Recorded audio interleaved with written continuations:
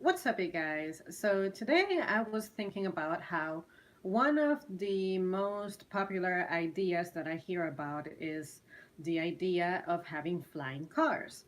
Many months ago, I did a stream on what I feel about flying cars, so you should check that out at some point.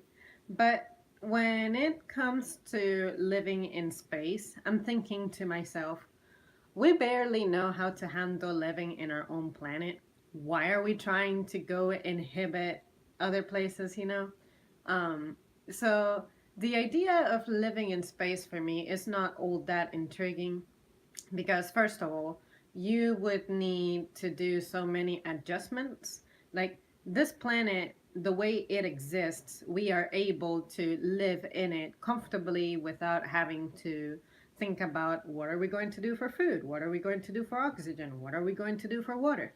What are we going to do for reproduction? Like all of that is figured out at this point, but to attempt to live in space, you have to start completely from scratch. And I don't think that we even have the proper knowledge to begin to attempt that. So I don't think of it as exciting of an idea as some other people probably may think about it.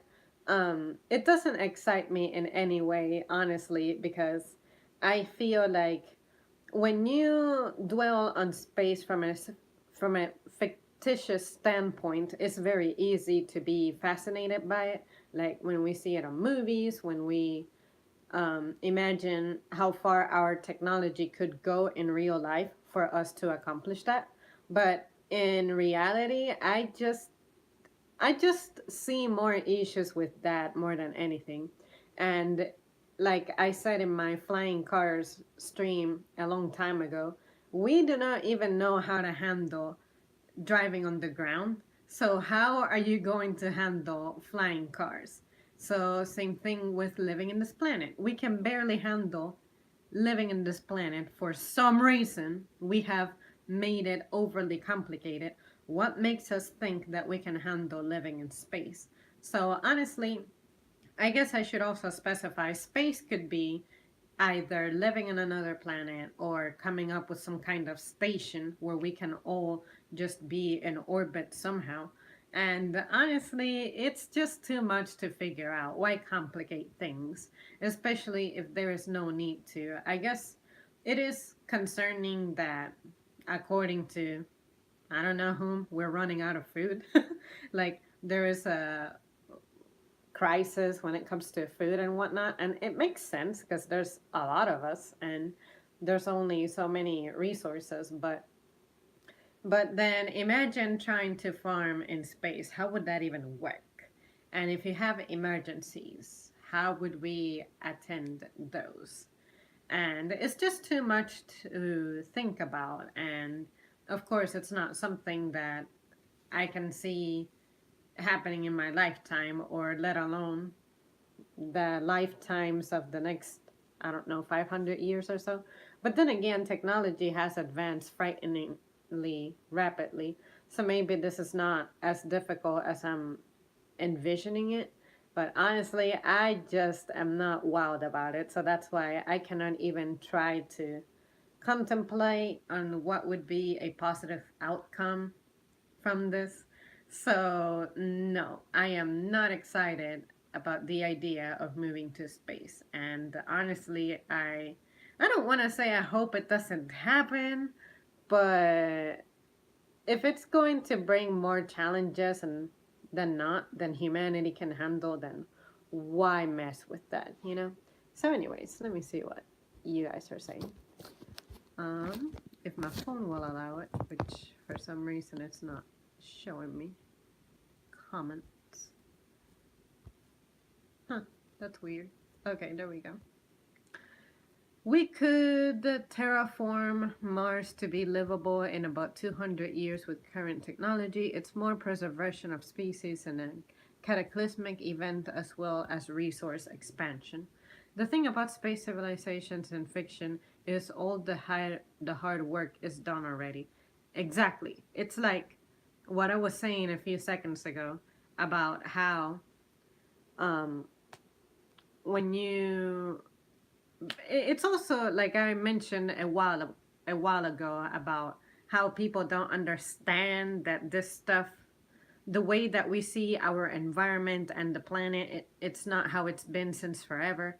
Like, people don't understand that there was a time when in this land there weren't railroads, there were not roads, there weren't planes, there were not airports, because you're born into it. You did not witness the process of this stuff coming up and this stuff being developed. So it's very easy to take that for granted and to completely dismiss the progress that we have made.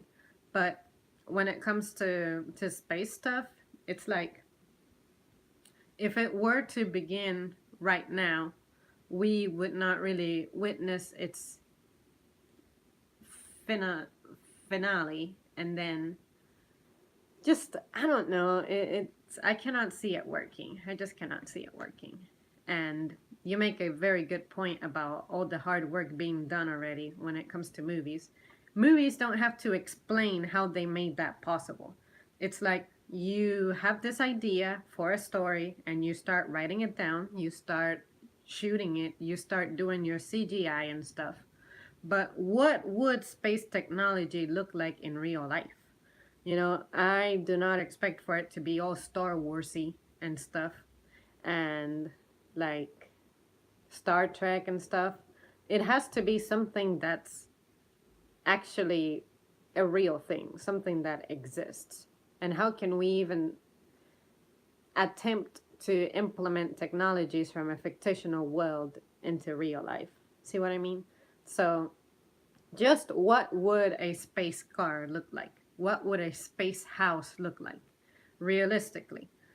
So, I know that the idea has to come from somewhere, the design for movies has to come from somewhere, but of course, because it's fiction, it is not modeled after real life stuff usually.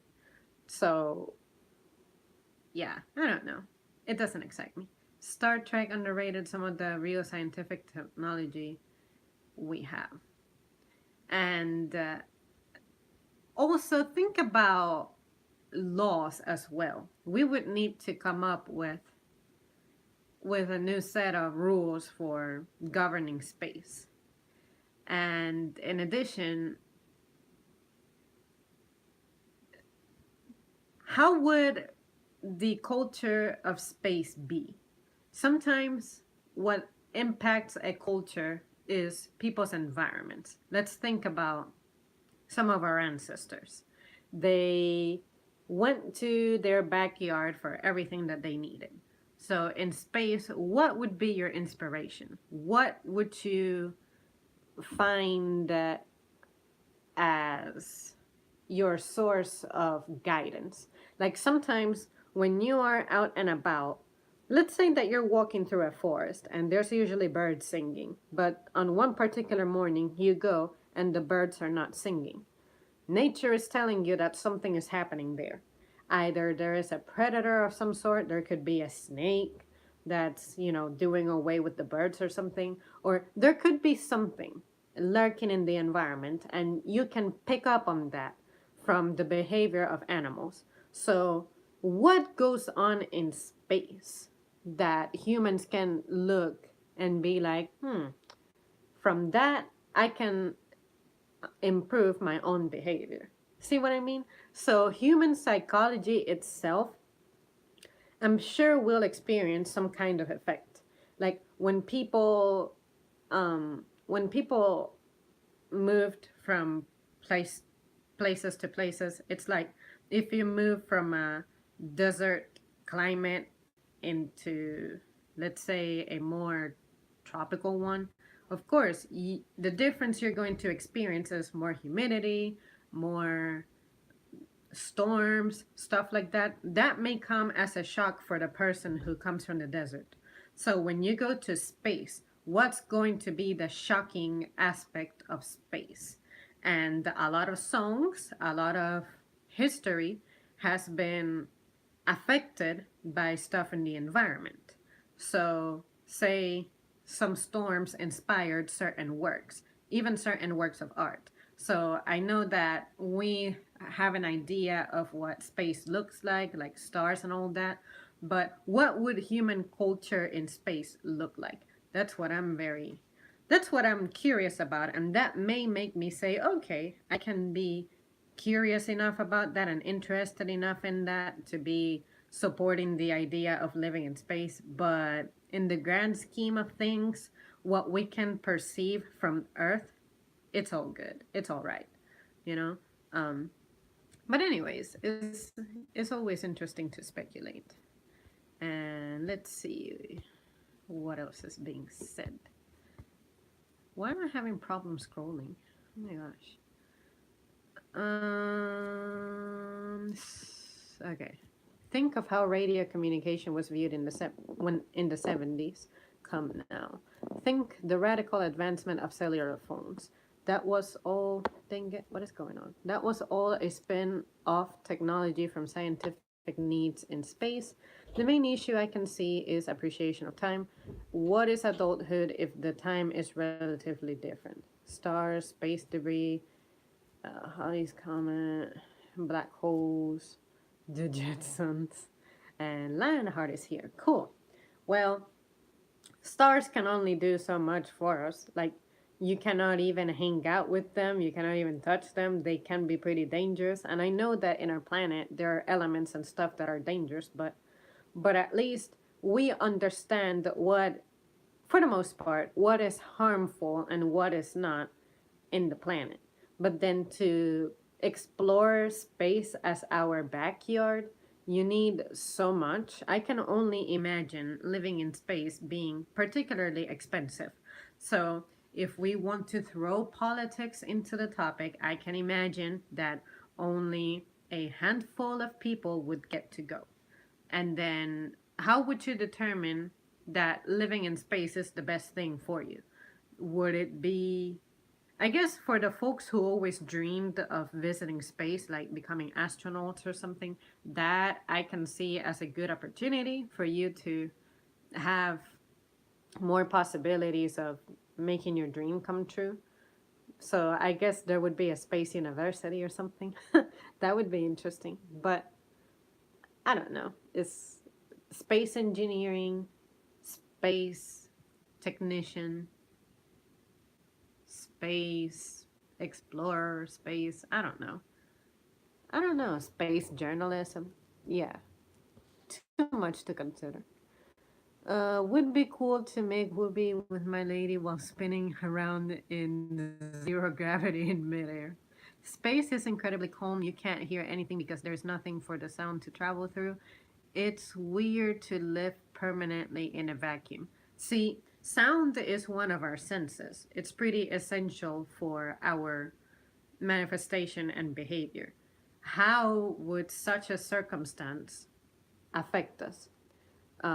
What kind of diseases are present in space? How would diseases spread and manifest, and how would we treat them? How would we even begin to cure them? How do we even begin to identify what is a potential pathogen in space? Like, okay, there's some stuff that doesn't even survive in space, but there is something out there that's going to get us somehow. And if it's not an organism, then it'll be something from the environment, like hypoxia, of course. Like, what happens if you find yourself lacking oxygen? Like, how do you even solve that? I don't know. Me, like you, space baby, so my child born on Mars could say he or she was born on Mars. In a vacuum, I think you would be able to hear your own heartbeat there. These things called anechoic chambers that shut out all external sound and you can hear your insides. And when someone asks where I had my honeymoon, I can respond Mars in space. Well, I guess for the sake of bragging, then yeah, you would have interesting stories to tell. Humans wouldn't develop properly under the zero G environment. Yeah, that too. How would you even process a pregnancy? Like, on Earth as it is, you can have complications. So imagine exposing your body, which was designed to function under the Earth's elements, and then you're taking your body somewhere else, especially zero gravity. I can imagine the usefulness of gravity at assistant in birth. So imagine taking away the gravity aspect. Your body would have to do absolutely everything. And I'm sure that your body uses aids from the environment. Like gravity would help. I can imagine that if you position yourself in a certain way, it would facilitate your pushing out more than not. See what I mean? So interesting. I didn't consider about carrying life at all. I guess I guess there would be some kind of women's rights movement about us wanting to have babies in space, but it's medically not recommended that if you're expecting, you live in space. And then how would citizenship be?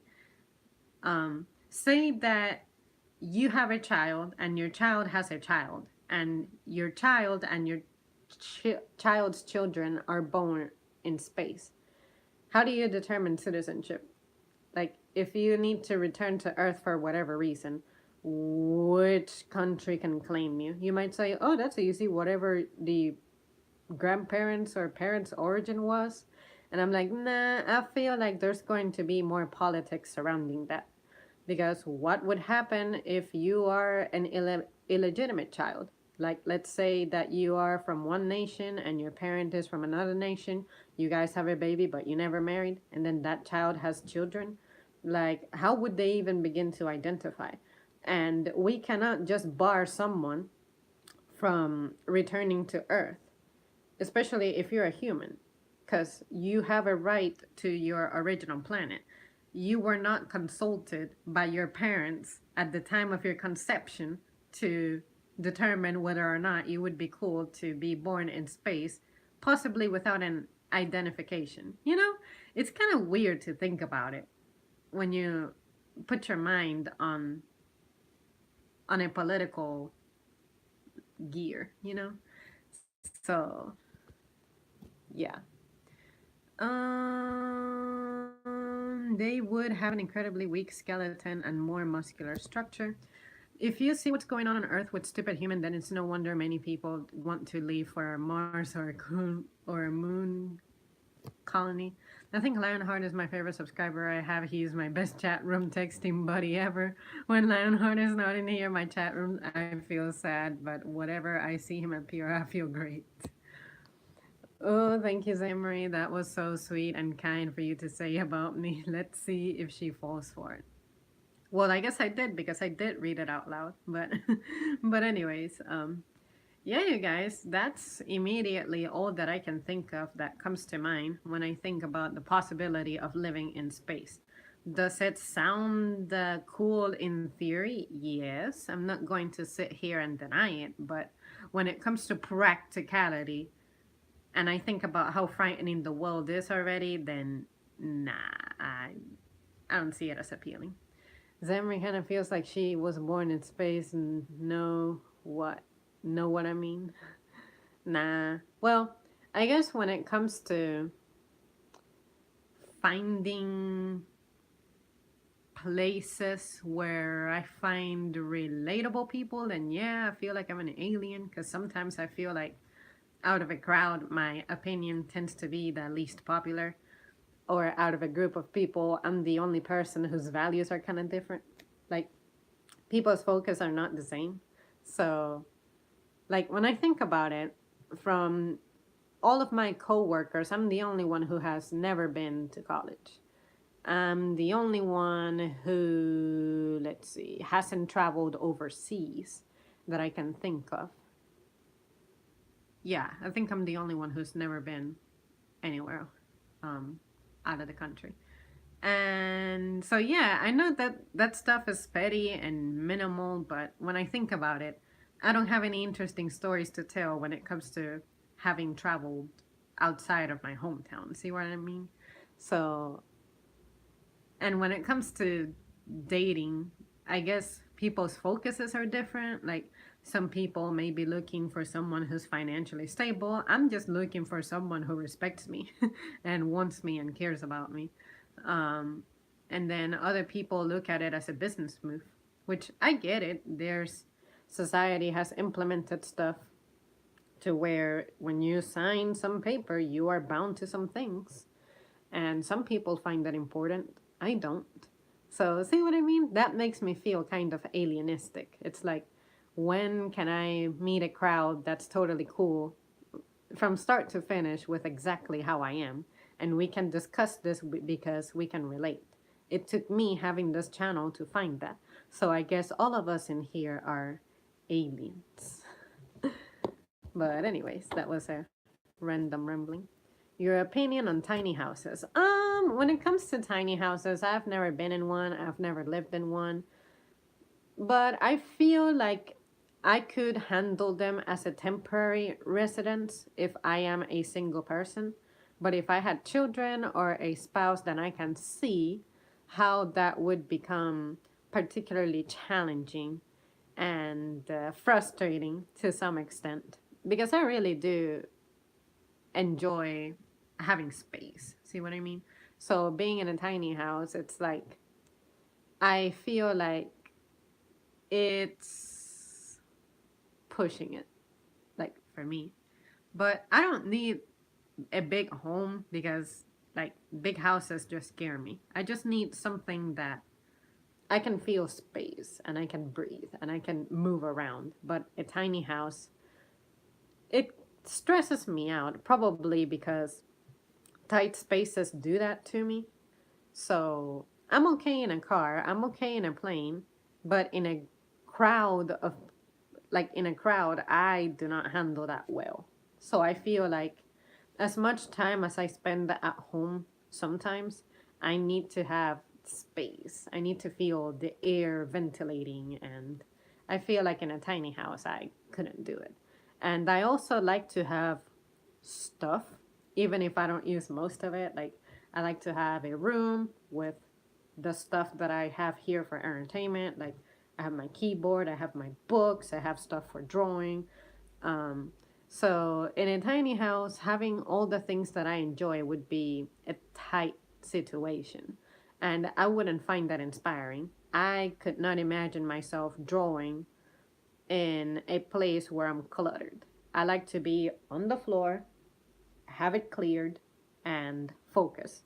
Whereas in a tiny house, I feel like everything would try to like fall on me or something.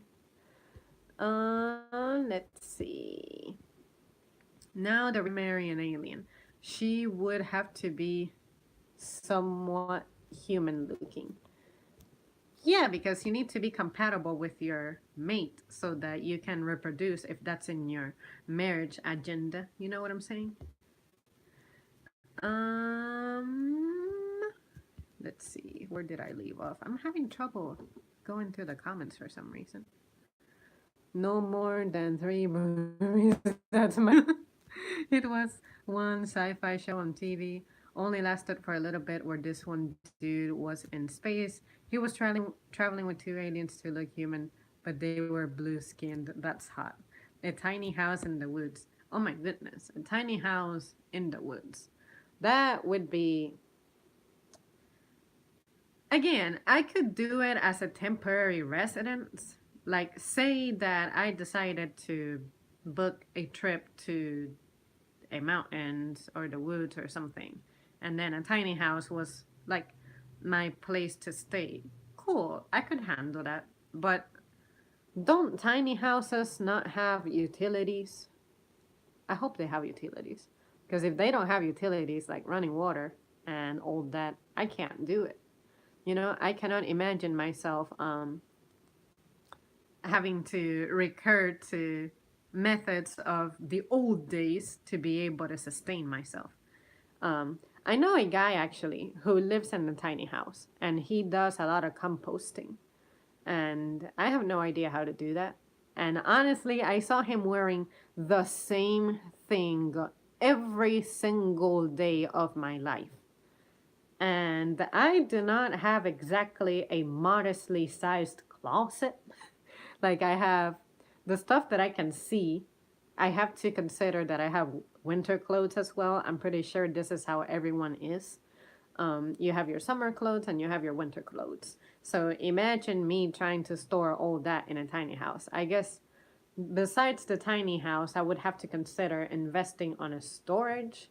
But that's the point of having a home. All of your stuff is in one location. Your house is like this big storage. And then when you go to a store, it's a storage of things to add to your personal storage. So a tiny house would stress me out. I would rather just be in apartments forever than being in a tiny house. I find it to be very limiting. But it was interesting. I would have never considered that. I would have never thought about how I would feel in a tiny house. When it comes to dating, when I was single, I would look for a woman who's financially secure and has a lot of money. I mean, let's face it, folks. Papa needs his bill paid and be pampered. Well, in a situation like that, I guess you're looking for, how can I phrase this? A relatively modern relationship. And what I mean by modern is it used to be that the guys would marry a girl and the girl would marry into the guy's family and the guy would take care of everything because with just the guy working, everything could be accounted for.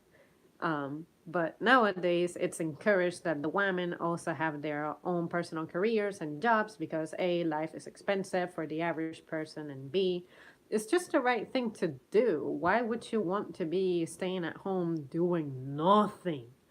And if you have kids, I guess I cannot consider that doing nothing, but I mean, go outside and be productive, have a schedule, have somewhere to go, something to do, besides just being at home, taking care of your personal stuff. Contribute to society, basically. Not just your own, not just benefiting your family, but do something that everyone can benefit from. Even though my job is not that important in the grand scheme of things, I just work in retail. At least by me being in the place that I am at, I can ensure that there's stuff on the shelf. I know how to guide people to find what they need. I can check them out and give them their proper change back and all that. So I'm being useful because if I weren't there, if none of my colleagues were there, people would not have guidance through the store to find what they need. So that is no longer me benefiting myself, benefiting my family. My time there benefits me because I get paid. But at least being there means that I'll be able to assist someone. That's my job. That's what I get paid for. But I'm able to give someone my time and effort for them to get something done. That is no longer a personal gain. I'm helping someone else. But being a stay at home person, it's like not even that I can do. See what I mean? So, yeah, it would be strange. It would be really strange. Have you seen of stuff? I have not, never heard of it. Volban Schwarzwald sends. Oh, cool! I appreciate that. Um, Lionheart just sent $500,000 to Zemri. Yes, I can quit. I'm putting in my 2 weeks tomorrow and actually not showing up to any of my shifts. Nah, just kidding. 500 K this day and age would be drained pretty quickly. Not that I am a reckless spender, but you cannot retire on that money, realistically. But yeah, I'm going to check my bank account, and if I don't see that amount there, I'm going to be so disappointed. Just kidding. So take that. Oh, it's a battle of who's my way right now. Peace, guys. Peace. Please. Do not fight for me, especially financially. But that was funny. Just for your information, the gender neutral term for sugar daddy, sugar muma. Come on, Ali. You can do better than that. Nah, I'm just picking on you. Is guardian. That makes sense. sugar, glucose. Did you just come up with that, or is that legitimately what it's called? Because I had never heard of that. But yeah, yeah, cool. Glucose Guardian. Oh my god. Makes sense because it's like with unlimited funds, you can buy all the sweets that you so desire. I home all day and be a house husband. I get to play with my kids, play video games, plus I know how to cook. You know what? That would be exciting to to it would be cool to live like that. Um but also it would be exciting for me personally to come home and I come home to dinner being ready. But if I were a stay at home person, I guess I would make sure that every single day I participate in my hobbies, which is when the inspiration strikes, which is once every few months, I would do some art. But maybe the reason I don't do much art is because I'm usually tired and more so mentally than anything else. Definitely the gym. I feel like I would challenge myself even more because sometimes I don't work out to the intensity that I desire because I don't want to be too sore and toe up to my shift the next day. And I feel like I would cook more because I would have more time. Sometimes I avoid cooking just to not pick up the mess, not to deal with degreasing and all that good stuff. But but yeah, what I would do is art, music, of course, see what's going on, trends, stories, news stories, uh, watch YouTube stuff because there's a lot of creative people out there. And today I saw yet another trend.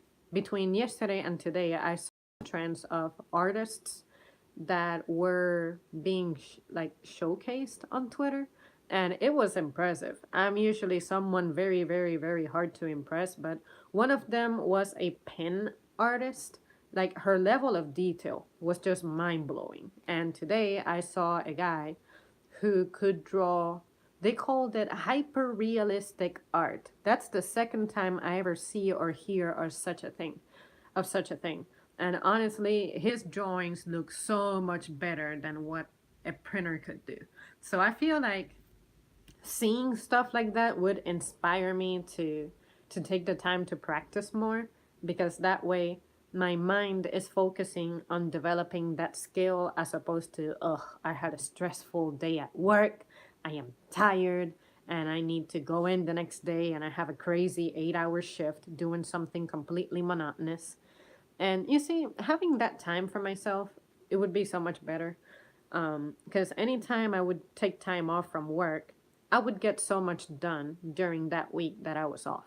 Because my mind is more clear, I have more time, I don't have to try to squeeze a lot of chores into one day. And, but yeah, I would also like to be able to give people things. So I feel like if I did not have a job to show up to, I would still try to do something for other people. Like, I would definitely try walking dogs because I love me some dogs. I haven't had a dog in such a long time. So, yeah, that would be one of the ways that I would try to give back and be involved. Also, if I know any neighbors that are at work and they need their children picked up from after school stuff like extracurriculars, I would be willing to do that. I love to drive, so I would love to pick up children and be like, how was your day? What are you doing? Why do you do that? If you are in choir, what kind of songs do you practice? What's your favorite genre of music? I think every once in a while I think about how I do not know a child personally. Like I see them, but it's not like I can hang out with a kid. And I remember a time when I was a kid and I was hanging out with other people and other adults. I was the kid that they knew. But because I don't have much social activity, going on. I actually don't know any children, and I would like to know a child so that I can compare and contrast what my childhood was like and what their childhood is like. Because what I'm using now is social networks to give me a rough idea of what school for kids these days is like, and I see that it's very technologically implemented. Like technology has been implemented a lot into the school system, and that kind of worries me a little bit. Technology has its advantages but also its disadvantages. And since this video is supposed to be about space, what would space education be like? Space tech be like? Space transportation be like? And then, of course, your childhood in space. How would that be like? You know? So, so yeah, I wish I could talk to a kid just to see what they think. What do they value? What entertains them? Because a lot of them be having smartphones and all that. And I'm like, I know I didn't have a phone until I was 13, 12, 13. So why do you need internet connection? Where am I at? Didn't come up with it. I saw it somewhere. Gotta be honest. No such thing as gender neutral. You want to talk about social construct. That's one people were born with either a Becker or a vajayjay. That's the difference, and the hormones bring chemistry. It's funny. I had that um, said that way in such a long time. I just meant a word that didn't imply gender. How many genders are there? Now, we do not need to turn this stream into something um, difficult.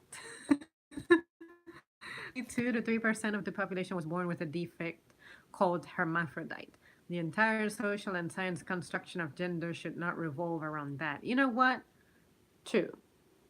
Because the first time I heard of a hermaphrodite, I was like, oh, that makes sense. There can be mistakes in DNA sequences that can confuse the body into producing the wrong thing. But yeah, in social terms, more modern terms, yeah, I cannot get behind that. Just how often does a mistake like that happen?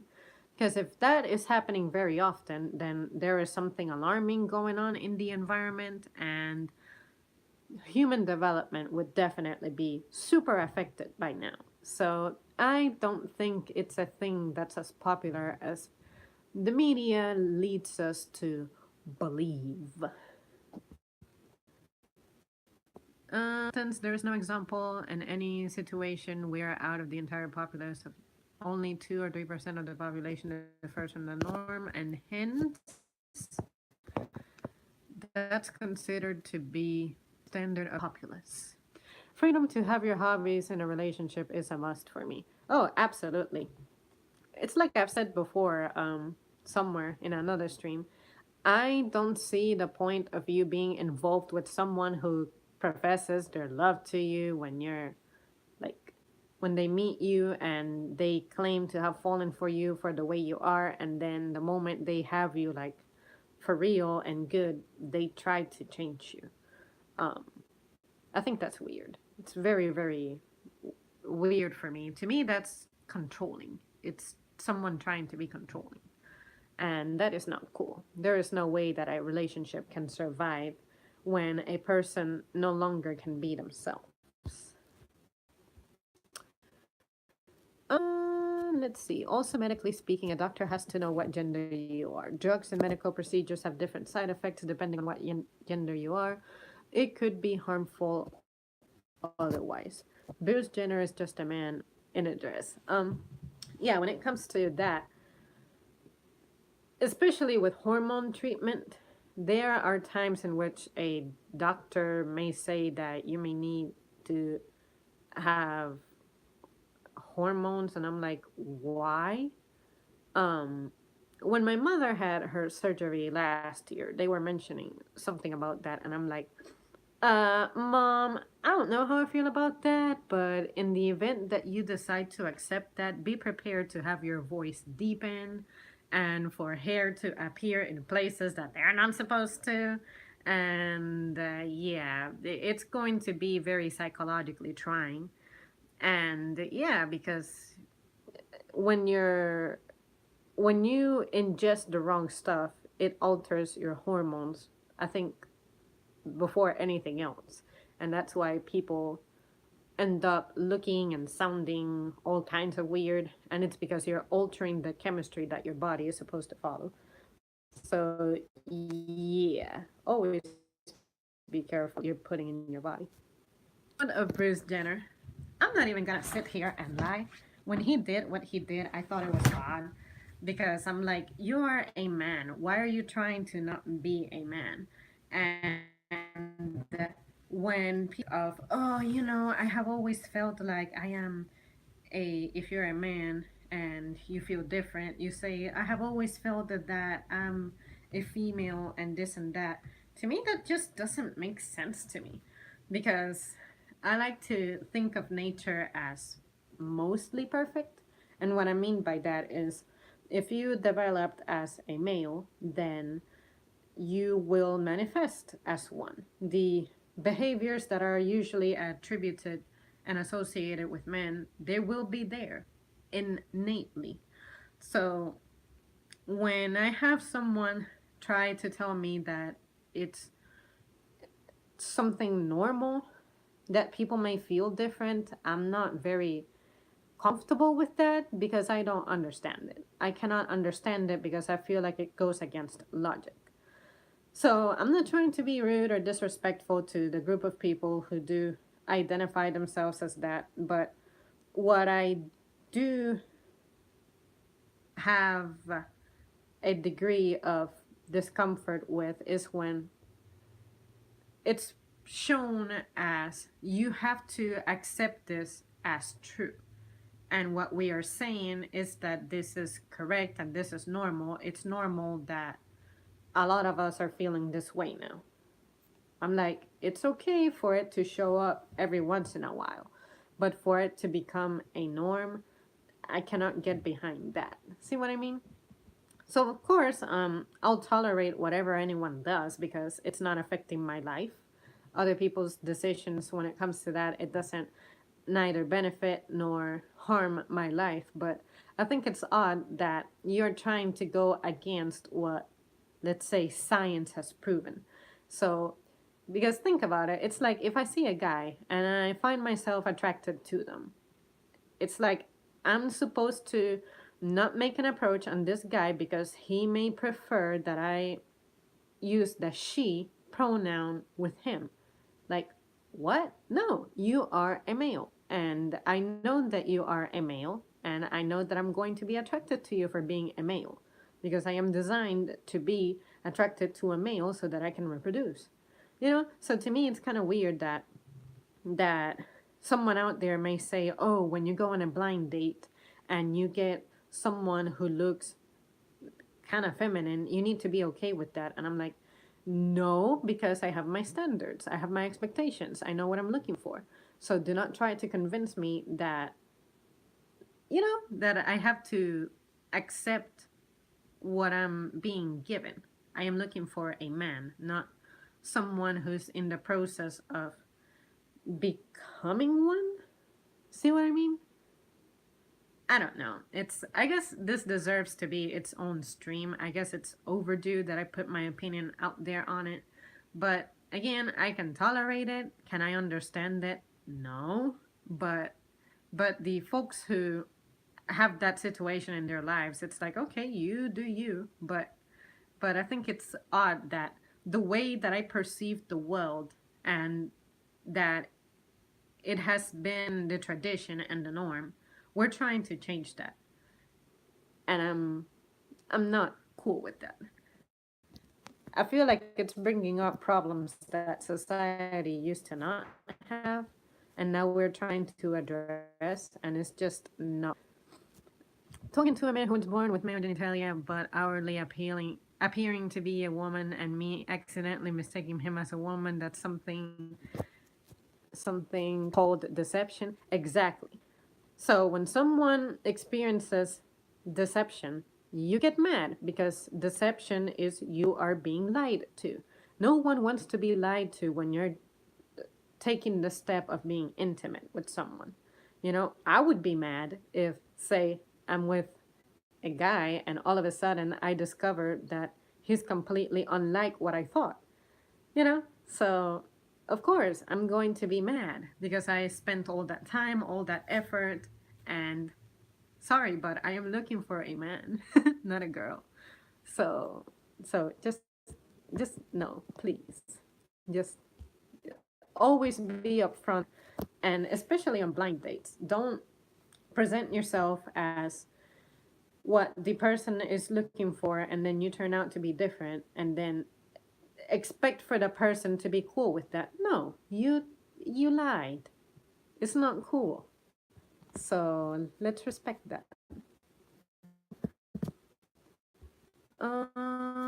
Let's see. Where am I at? It says, "Thou shalt most with more part." God uses he or she to distinguish the sexes, including from the very beginning Adam and Eve, not Adam and Steve. I have been hearing that a lot lately. That being said, I don't believe in controlling others, dictating what they believe or do. What you do is your business, what you believe is your own. Doesn't affect me, or if you're not trying to force me to do or change my social behavior to fit your own, I'm okay with it. I agree with that. I feel like my behavior is being challenged, and I'm like, excuse me, no. If that's your personal belief, if that's how you feel, then okay, you do you. But to ask me to change my perception and values, it's no, I'm not doing that to you. Even though what you're doing is the unconventional thing, I'm not interfering with your life. So, as a person who goes by what's the normal route, don't do that to me either. See what I mean? So, I think it's weird that in society, it seems like in modern days we have men versus women, and then there's also the the orientation wars going on. Like, when did this happen? When did this start? Like, this is not something that I see our grandparents having to deal with. See what I mean? And even something as simple as food, we have to question nowadays. What is the source of this? Am I really being fed chicken or am I eating something else? You know, um, when something is very processed, what kind of processing did it undergo? It's like you can no longer trust what you see anymore. This is a very deceiving world that we live in, and that's why a lot of people get angry and depressed, and frustrated.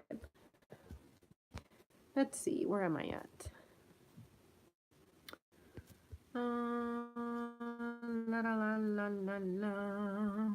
The whole in the Bible refers to when God gives his people a country of their own for the show all day to. There's plenty of about it. It's that simple, but even that being said, that shall not kill as well. One has to be careful not to take something out of context. There are things, surely speaking, told man what to do, but in the someone called me a transphobic for saying Caitlyn Jenner is a man in a dress. So yeah, it affected my life. See, when it comes to that type of phobia, I think that it's a very strong accusation. And how can I say this? Just because you are going by the way that you were trained in your early years of life and you abide to that doesn't make you wrong. It doesn't make you a bad person. I think it's strange that with the whole pronoun thing, um, that people get offended by that. It's like, how can I say this without sounding like inconsiderate? But you cannot be mad at me using a pronoun that clearly belongs to the sound and the sight that is in front of me. See, like low pitches, bigger bodies than mine, and like more hair than me in the face and stuff. Those are male traits. If you present those, then of course I am going to refer to you as the corresponding pronoun for that. And then for me, it's smaller shape, longer hair, just petite figure in general, and higher pitched voice, and then a pair in the chest. Those are traits associated with the she pronoun. So why are we getting offended about that? That's how we are trained in our earlier years to distinguish people. So to accuse someone of being transphobic because you use the incorrect pronoun, that's a very severe accusation because you're not wrong. The stuff that you were assigned at birth is what distinguishes you. That is no accident. We know how to distinguish from one another. There is smell, like men have their own scent going on, females have their own scent going on. So even if you had a woman trying to do a low pitched voice and then maybe being a little bigger because she works out or something, and then you are with a person who's blind, you do not need to be seen to be identified as male or female. Like even your scent can tell what kind of like scent is associated with male and female. I know that the way that the natural scent of a girl is, it differs from a man's, and there is a reason for that. It's very much hormonal stuff.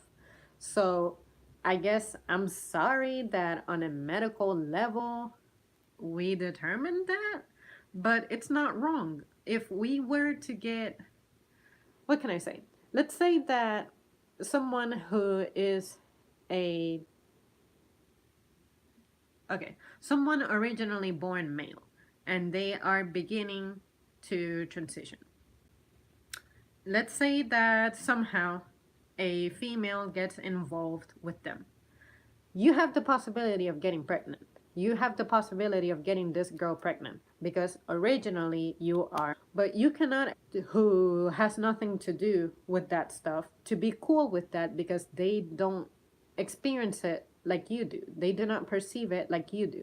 So if I were looking for a guy, I'm looking for a guy, 100% a guy. And what I'm trying to say by that is when you are born male and you develop as such, I'm looking for that. I'm looking for the entirety of you being male. Your childhood, if you were a male, then you will benefit from developing as a male. And then when you get into the adult years and you start dating and stuff, those things will show up. And as a female, that's what I'm looking for. But if you're someone who's in the trans stuff, you may not be able to, what can I say, manifest this because your developing years, if you spent them as the wrong assigned sex, then you missed out on some crucial stuff for your development. And sorry, but I am not interested in being involved with that. And I think I have a right to not be. It's like when when you have standards in dating, you may choose to not date someone who is, say, disabled because you know that as time passes, there are going to be challenges. You need to be able to withstand the stress of a person who has limitations. You do not have to be okay with that. You are not a bad person for choosing to not deal with that. And just like parents, when they have a child that has challenges, they have no choice. You have to deal with that child because it's your child. You cannot break up from your child. But when it comes to the dating game, dating is about, you're looking for your mate. And of course, out of the pool, you're looking for the best. You want the one with the best genetics. And in social terms, you want the one that has a better position in society. Those are your values. But your values do not have to be shared with everybody. There's some stuff that's basic and it goes down to evolution. And the shape of your mate is one of them. But you can also choose to not be cool with someone who doesn't have a lot of resources. I would not want to date someone who doesn't have a job, only because I don't think it's fair that I get up in the morning and I work hard to maintain myself and have the stuff that I like, and then you come into my life and you leech off me. I don't have to be okay with that. So I don't have to be okay with someone who did not, say, um, develop properly in their earlier years, and that stuff is going to surface in the present. Because say that we are out and about, and someone refers to you as the freaking wrong pronoun, and then you get offended and agitated about that. I don't have to put up with someone who is going to have a bad attitude about how people perceive them and identify them. That brings stress into the relationship. Why should I have to settle for that? So that is the only thing that would worry me, and I would be like, okay, if I were to take that step, there's a lot of stuff that I have to consider. And honestly, I don't feel like it's fair on me to have to settle for someone who clearly is not right for me.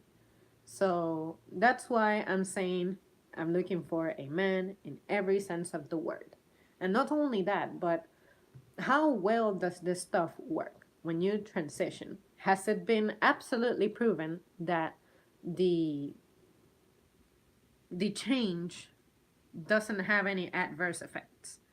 Like, say your body is going to try to behave in its original configuration, which is if you're a man trying to become a woman, at some point your therapy stuff may, let's say, run out.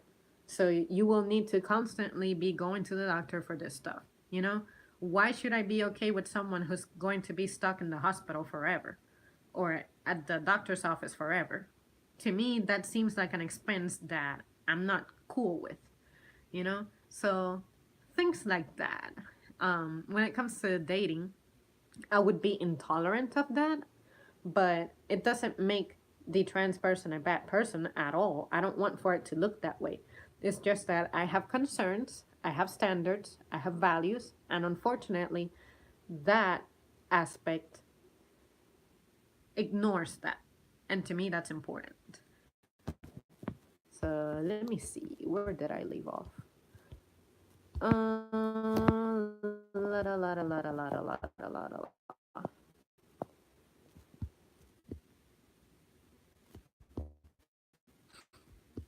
Huh.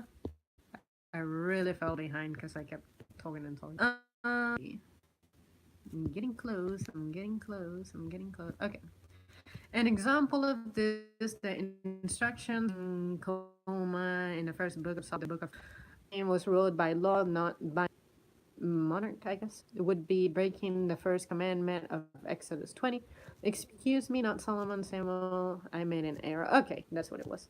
But anyways, the people came to Samuel asking him to give them a king, but they did not have one in all countries. In all the countries, they wanted to become like this. So it was beginning. Samuel said that having a king is breaking the first commandment. We are people ruled by the law of a monarchy. Paraphrasing God in the scriptures, and God said, hearken to those people, for they will not listen to reason. Teach them ways of the king and give them a king. But Samuel said, but God, this is against your way. It's breaking the first commandment. A guy responded, he knew, but the people will not listen to reason. This is what really they want to do. I only got to ask 2 questions on that. First, is this hurting someone? And second, does this affect me? If the answer to both is no, I don't need to know to them. I don't understand the whole this, but I don't have it. So, and Samuel obeyed God and has taught the people of Israel the ways of kingship and of honor. Eventually, appointing Solomon as the first king. Eventually, the second king would be David. So this is the example of just because God taught and said something doesn't mean that's really what he wanted. Very careful. It is nothing more than an ideology. It has zero king. That we don't like things who might have a misunderstanding, might believe God wants people to have a king because of that scripture, especially if they didn't read the entire, taking God's word out of context.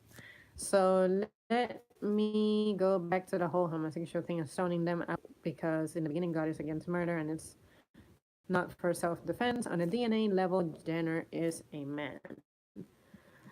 There's also a private at this time that says my ways are evil and you truly believe. So then to this point, I think it was wise concerning the scriptures for God to create. People tend to miss and forgive me for not remembering time the first at this time, but it does exist. So whatever I read the scriptures, I make sure whenever I read the scriptures, I make sure that the Ten Commandments, which and the only thing written by God, there's nothing that precedes those commandments. Because of the example of Samuel and the people wanting a king, God expressed this was against his way, but he hearkened into them anyways. I definitely do not have a fear is an irrational fear, right? How can you irrationally have a fear about another person? It's just strange. As long as I'm following the Ten Commandments, the first and only thing written by God, everything is written by man, inspired by Him, I'm good. Once you're born a male, you will always be a male, no amount of nip and tuck. Exactly, that's what I'm saying. On a medical level, how can you even ensure that 100% you have killed your original default state of being a man? I just cannot conceive that as a thing that's possible. Um, and then again, mankind cannot make something greater than itself. So I think that changing such a thing would be something greater than ourselves. But anyways, then again, we couldn't fly, and we have mm, something mechanical that can assist us at doing just that. But it's not the same. It's not like suddenly you have the power of flight just running through you. You still need something from the outside to help you accomplish that. So that's how I look at this. You need, let's call it medication to to make that happen. Where did I end up?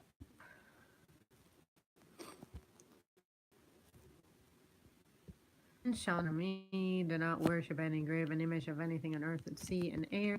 Don't make a promise you cannot keep, or a wear vow falsely. Keep the Sabbath. And yeah, making promises that you cannot keep. That's something that a lot of us just struggle with. And yeah, on the note of worship, I want to say that the biggest worship we have going on is celebrity worship. Like, good God. And I guess it sounds kind of weird coming from me because I have a ton of pictures of celebrities on my walls and whatnot. But it's not like I'm sitting here worshiping them. I have them for the sake of decoration. Gotta be like, oh yeah, I need this on my wall or else I feel incomplete. Or I love this so much. Like, no, I just want it for my room to have life to it. If a male willing to have sex with a person who was born a man and now transsexual, they are just two gay men. Factual and funny. I have thought of that as well, honestly.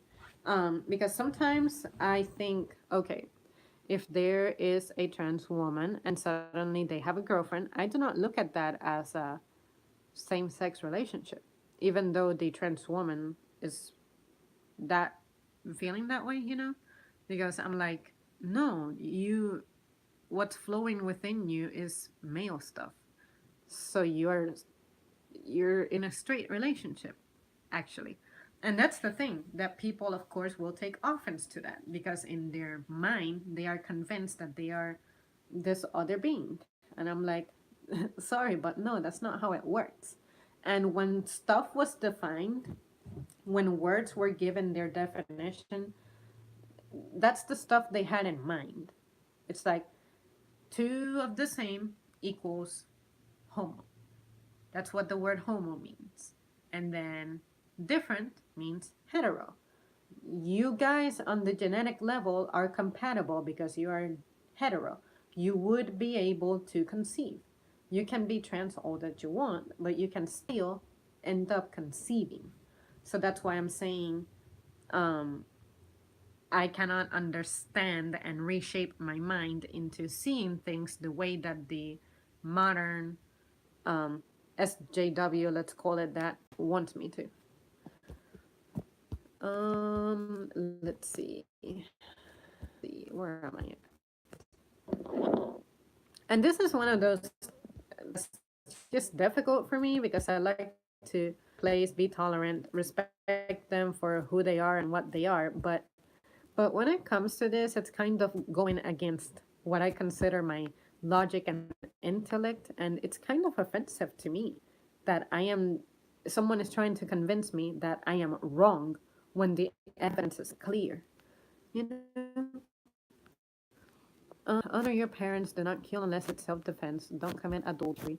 Don't bear false witness. Don't steal, and don't covet. Yeah, or jealous. Those 10 commandments, which is in Exodus 20, are my guiding stars of my life, to which I fundamentally live by.